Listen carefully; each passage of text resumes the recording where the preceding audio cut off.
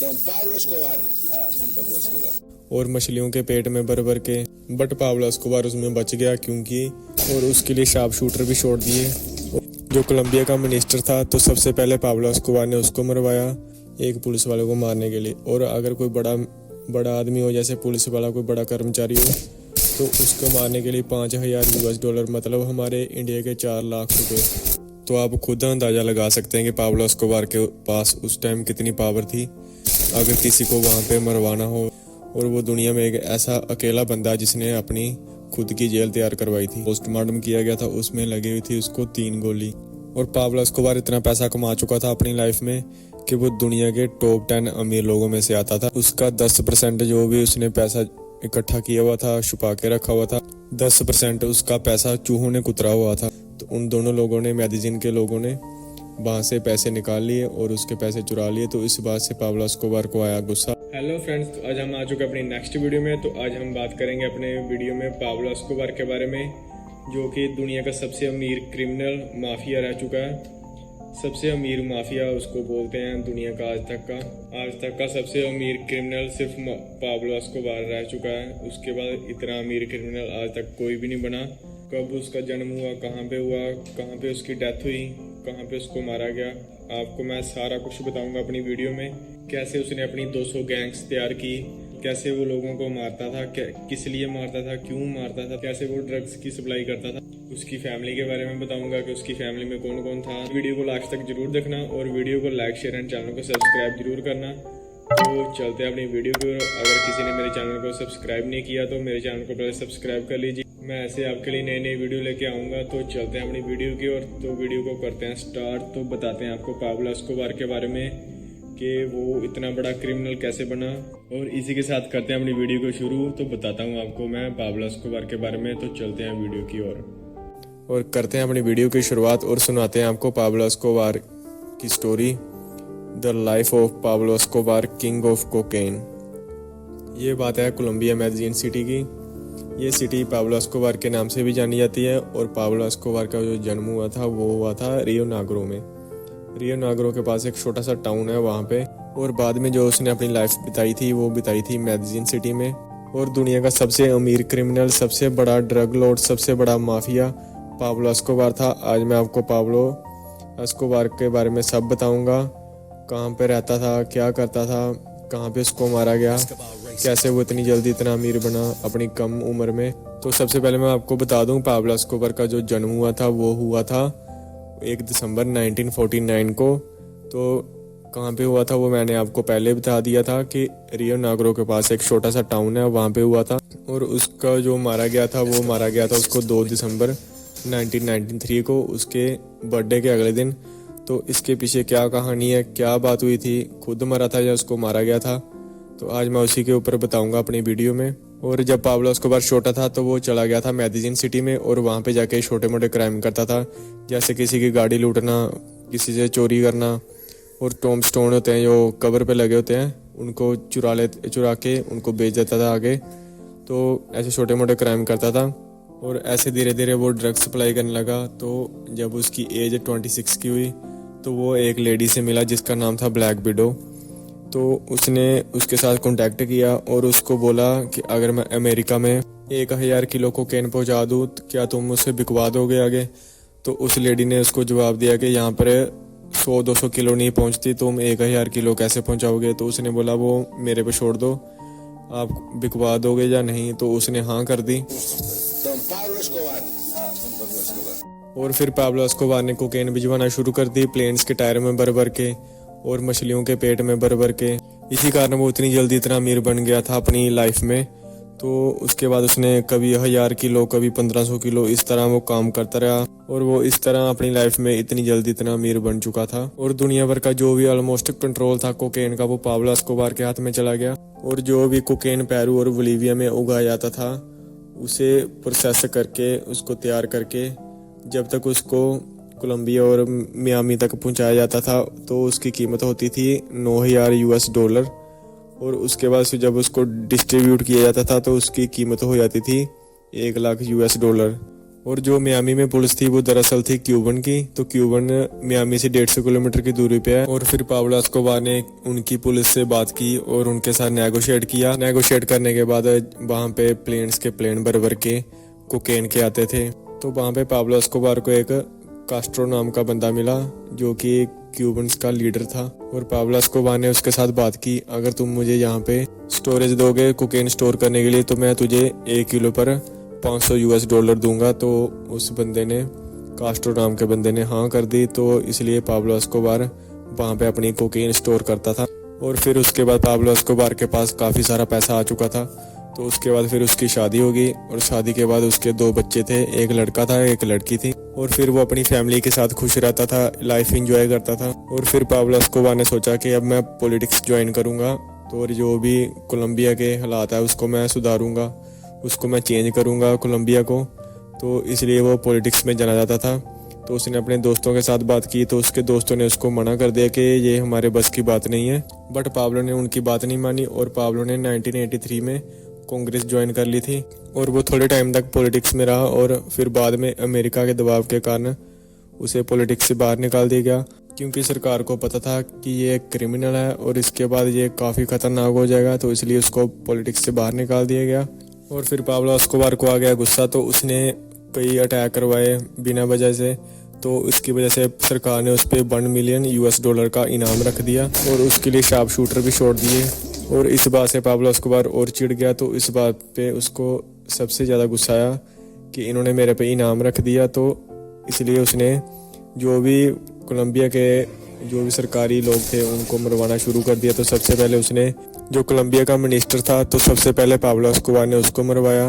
और उसके बाद जो भी सरकारी कर्मचारी थे, पुलिस वाले थे, जो जज थे, उनको मरवाना शुरू कर दिया। और एक पुलिस वाले को मारने के लिए पाब्लो एस्कोबार देता था $2000, मतलब हमारे इंडिया के 1.5 लाख रुपए एक पुलिस वाले को मारने के लिए। और अगर कोई बड़ा आदमी हो, जैसे पुलिस वाला कोई बड़ा कर्मचारी हो, तो उसको मारने के लिए $5000, मतलब हमारे इंडिया के 4 लाख रुपए। कोई बड़ा स्पेशल फोर्स का बंदा मारने के लिए देता था $5000। और इस तरह से पाब्लो एस्कोबार ने पुलिस वालों को मरवाना शुरू कर दिया था। और फिर वहाँ की छोटी छोटी गैंग्स ने पुलिस वालों को मारना शुरू कर दिया और वहाँ के लोग भी इसमें शामिल हो चुके थे। और वो पुलिस वालों को झूठी बोलकर बुला लेते थे और फिर उनको मार देते थे। तो इसलिए उनको पैसे मिल जाते थे पाब्लो एस्कोबार से। वहाँ के लोग पुलिस वालों को बुलाते थे कि हमारे यहाँ पे ये प्रॉब्लम हो गई है, ये प्रॉब्लम है, तो पुलिस वाले वहाँ पे आ जाते थे। तो इसलिए वो वहाँ के लोग उनको मार देते थे और इस तरह से पाब्लो एस्कोबार से उन्हें काफ़ी सारे पैसे मिल जाते थे। इस हिसाब से वहाँ पे कोलंबिया में हालात काफ़ी ख़राब हो चुके थे। तो पूरे मेडिजिन में पाब्लो एस्कोबार की 200 गैंग्स थी। 200 गैंग सिर्फ पाब्लो एस्कोबार हैंडल करता था। तो आप खुद अंदाज़ा लगा सकते हैं कि पाब्लो एस्कोबार के पास उस टाइम कितनी पावर थी। अगर किसी को वहाँ पे मरवाना हो या किसी को मारना हो तो पहले पाब्लो एस्कोबार के परमिशन लेते थे कि अगर पाब्लो एस्कोबार बोलता था कि हाँ मार दो तो मार दिया जाता था, अगर ना तो नहीं मारा जाता था। तो पहले पाब्लो एस्कोबार की परमिशन लेनी पड़ती थी वहाँ पर उस टाइम। तो इसके अलावा पाब्लो एस्कोबार के और भी काफ़ी सारे बिजनेस थे, जैसे रेस्टोरेंट वगैरह काफ़ी सारे थे उसके। तो इस हिसाब से पाब्लो एस्कोबार ने अपनी सारी लिमिट्स क्रॉस कर दी थी, वहाँ पे काफ़ी सारे लोगों को मरवा दिया था। और इसके कारण वो एक टेररिस्ट बन चुका था एक हिसाब से। और वो कोलंबिया में किसी से नहीं डरता था, चाहे वो कोई भी हो, चाहे पुलिस वाला हो, चाहे जज हो, चाहे कोई भी हो, किसी से नहीं डरता था। उसका सीधा सिंपल फंडा होता था, अगर कोई पैसे लेके मान जाता था तो ठीक है, नहीं तो उसको गोली मार दी जाती थी उसी टाइम। plata o plomo. अगर कोई रिश्वत ले लेता था उसी टाइम तो वो बच जाता था, अगर कोई मना कर देता था तो वो उसी टाइम उसको मार देता था वहीं पे, चाहे वो कोई भी पुलिस वाला हो, चाहे जज हो, चाहे कोई भी हो, उसी टाइम उसी वक्त मार देता था वो। इसके कारण वहाँ पे काफ़ी सारे हालात ख़राब हो चुके थे। और फिर बाद में अमेरिका का प्रेशर के कारण उसे बोला गया कि अब इसे कंट्रोल में किया जाए। तो फिर वहाँ की सरकार ने डिसीजन लिया था कि इसको अब अमेरिका भेज देंगे। तो पाब्लो एस्कोबार ने फिर उनको बोला कि मुझे अमेरिका मत भेजना, मैं अपने देश का जो भी सारा कर्जा उतार दूंगा चाहे कितना भी हो। तो बट वहाँ की सरकार नहीं मानी। और फिर पाब्लो एस्कोबार ने एक और शर्त रखी कि अगर मुझे जेल में रखना ही है तो मेरी एक शर्त है कि जेल मेरी होगी, मैं खुद उसको तैयार करवाऊंगा, उसमें सिक्योरिटी भी मेरी होगी, सब कुछ उसमें मेरा होगा, तो इसलिए मैं जेल में रहूँगा, नहीं तो नहीं। और फिर वहाँ की सरकार मान गई, तो इसलिए फिर उसने अपनी खुद की जेल तैयार करवाई। और वो दुनिया में एक ऐसा अकेला बंदा जिसने अपनी खुद की जेल तैयार करवाई थी। और फिर पाब्लो को जो जेल की सज़ा हुई थी वो हुई थी 10 साल की। तो उसके बाद फिर पाब्लो एस्कोबार वहाँ पे काफ़ी सारी पार्टीज करता था और काफ़ी सारे लोगों को बुलाता था और काफ़ी शोर शराबा करता था वहाँ पर। और फिर वो थोड़े देर टाइम बाद सरकार की नज़रों में आने लगा, हाईलाइट होने लगा वो, क्योंकि वो काफ़ी सारी पार्टीज वगैरह करता था वहाँ पर। और फिर उसने 2 लोगों को मरवा दिया और उसके बाद वो सबसे ज़्यादा हाईलाइट हुआ, क्योंकि उसने 2 लोगों को इसलिए मरवाया था, उसने उन दोनों लोगों ने पाब्लो एस्कोबार के पैसे चुरा लिए थे। उसने रखे हुए थे ज़मीन में गड्ढा करके, उसमें पॉलीथीन में बांध कर उसमें रखे हुए थे पैसे। तो उन दोनों लोगों ने, मेडिजिन के लोगों ने वहाँ से पैसे निकाल लिए और उसके पैसे चुरा लिए। तो इस बात से पाब्लो एस्कोबार को आया गुस्सा, तो उन दोनों को उसने मार दिया। और फिर उसके बाद वो सरकार की नज़रों में कुछ ज़्यादा ही आ गया था। तो बाद में कोलंबिया पर काफ़ी सारा इंटरनेशनल दबाव पड़ा। फिर कोलंबिया के मिनिस्टर है जो, वो मिलने गया था पाब्लो एस्कोबार का जेल में। और पाब्लो एस्कोबार को उसने बोला कि हम तुझे अभी दूसरी जेल में ट्रांसफ़र कर देते हैं, वहाँ पे तुम ठीक रहोगे। तो बट पाब्लो एस्कोबार समझ चुका था और फिर वहाँ के मिनिस्टर ने उसको समझाया और वो चले गए। उनके जाने के बाद पाब्लो एस्कोबार समझ चुका था कि अब मेरी बारी आने वाली है। तो फिर वहाँ की जो सरकार है, वहाँ पे बोगोटा से पुलिस मंगवाई गई, जो कि कोलंबिया की कैपिटल सिटी है। और फिर वहाँ से स्पेशल फोर्स मंगवाई गई पाब्लो एस्कोबार को पकड़ने के लिए। पाब्लो एस्कोबार को ये बात पता चल चुकी थी। और फिर पाब्लो एस्कोबार ने जो भी उसने अपनी पुलिस वगैरह को पैसे दिए हुए थे, मिलिट्री वगैरह खरीदी हुई थी, उसने बिका हुआ था जो भी, उनको एक बात बोल दी कि यहाँ पे किसी को मत आने देना, चाहे कुछ भी हो जाए। और फिर पाब्लो एस्कोबार वहाँ से अपनी जेल से भाग गया। और फिर पाब्लो एस्कोबार 2 साल मेडिजिन में छुपता रहा। और पूरी मेडिजिन सिटी में उसके 200-300 के लगभग घर थे उसके अपने, और वो वहाँ पे छिपता था। उसने अपनी सिक्योरिटी भी कम कर दी थी। और फिर वो वहाँ से अपना काम सारा ऑपरेट करता रहा। और थोड़े टाइम बाद काली काटल को एक बंदा मरवाना था। तो उसने पाब्लो एस्कोबार को बोला कि मुझे एक बंदा मरवाना है, जहाँ तो तुम मार दो, जहाँ तो हम आके मार देते हैं। पाब्लो एस्कोबार ने बोला नहीं, मैं वो खुद मरवा देता हूँ, तुम टेंशन मत लो। तो पाब्लो एस्कोबार ने उसको मरवा दिया, एक बंदा था उसको मरवा दिया। और थोड़े टाइम बाद पाब्लो एस्कोबार को एक बंदा मरवाना था। उसने काली काटल को बोला कि मुझे एक बंदा मरवाना है, क्या तुम उसे मार दोगे या हम खुद मारे। और फिर आगे से काली काटल ने मना कर दिया। इस बात से पाब्लो एस्कोबार को फिर से गुस्सा आ गया। पाब्लो एस्कोबार ने काली काटल पे अटैक करवाना शुरू कर दिए। उसके बिजनेस थे वहाँ पे अटैक करवाना शुरू किए, बॉम्ब ब्लास्ट किए, काफ़ी कुछ किया और काफ़ी लोगों की जान ली वहाँ पर।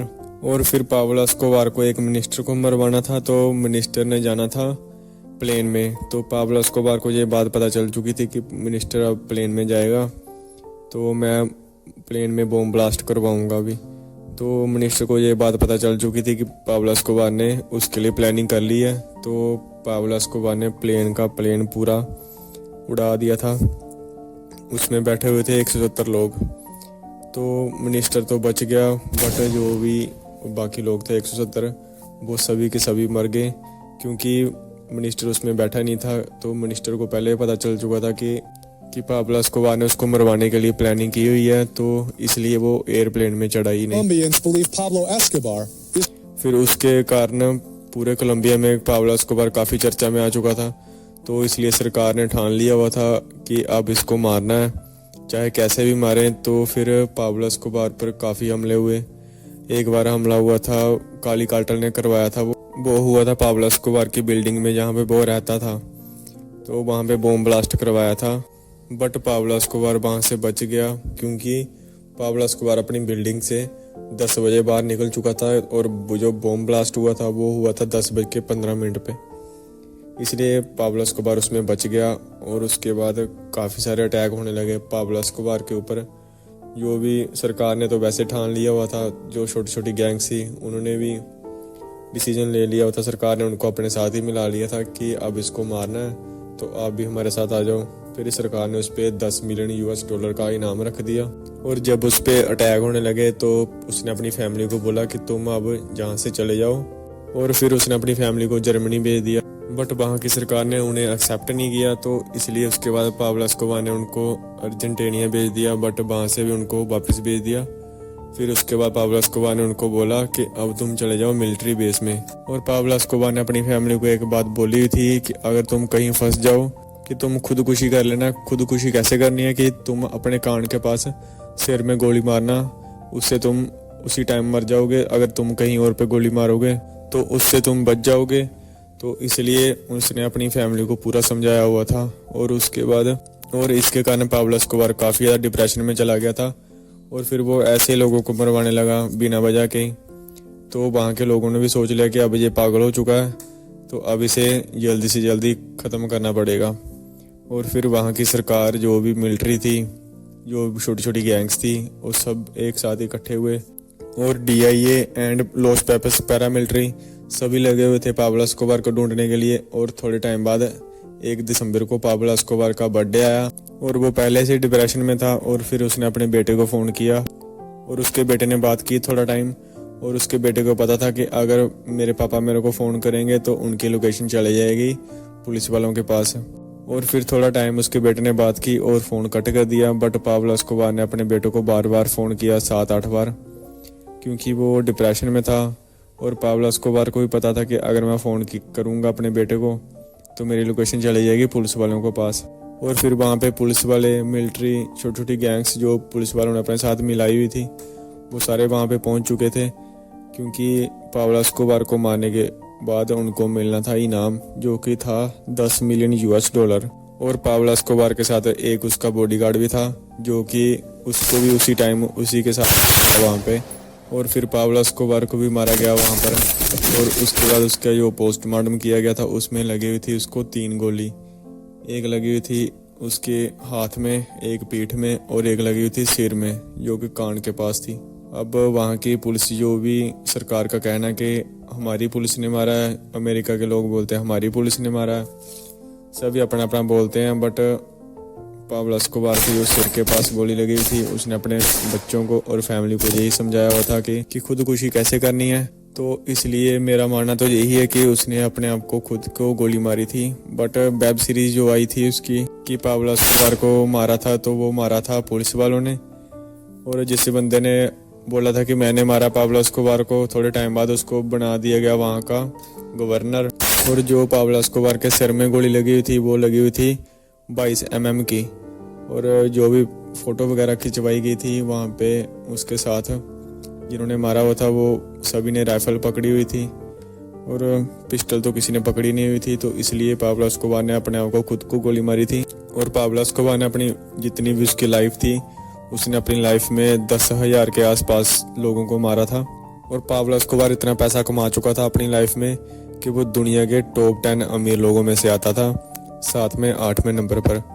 और उसका 10% जो भी उसने पैसा इकट्ठा किया हुआ था, छुपा के रखा हुआ था, 10% उसका पैसा चूहों ने कुतरा हुआ था। और बाद में उसके पैसों का एस्टिमेट लगाया गया था, वो था $30 बिलियन। और वो तो सिर्फ एक एस्टिमेट था, बाकी तो पैसा उसने छुपा के रखा हुआ था। उसको खुद नहीं पता था कहाँ पे उसने पैसा छुपा के रखा हुआ। और अब बताते हैं आपको उसकी फैमिली की फ़ोटो, जो कि अभी की है। और ये है पाब्लो एस्कोबार के बेटे की अभी की फ़ोटो, और ये है बेटी की फ़ोटो, और ये है वाइफ की। और ये है पाब्लो एस्कोबार की फैमिली, ये अभी की फ़ोटो है। और इसी के साथ हमारी होती है स्टोरी यहाँ पर ख़त्म। और मिलेंगे अब हम अपनी नेक्स्ट वीडियो में। अगर आपको मेरी वीडियो अच्छी लगी तो वीडियो को लाइक, शेयर एंड चैनल को सब्सक्राइब जरूर करना। और मिलेंगे अपनी न्यू वीडियो में न्यू स्टोरी के साथ। तो थैंक यू फॉर वॉचिंग।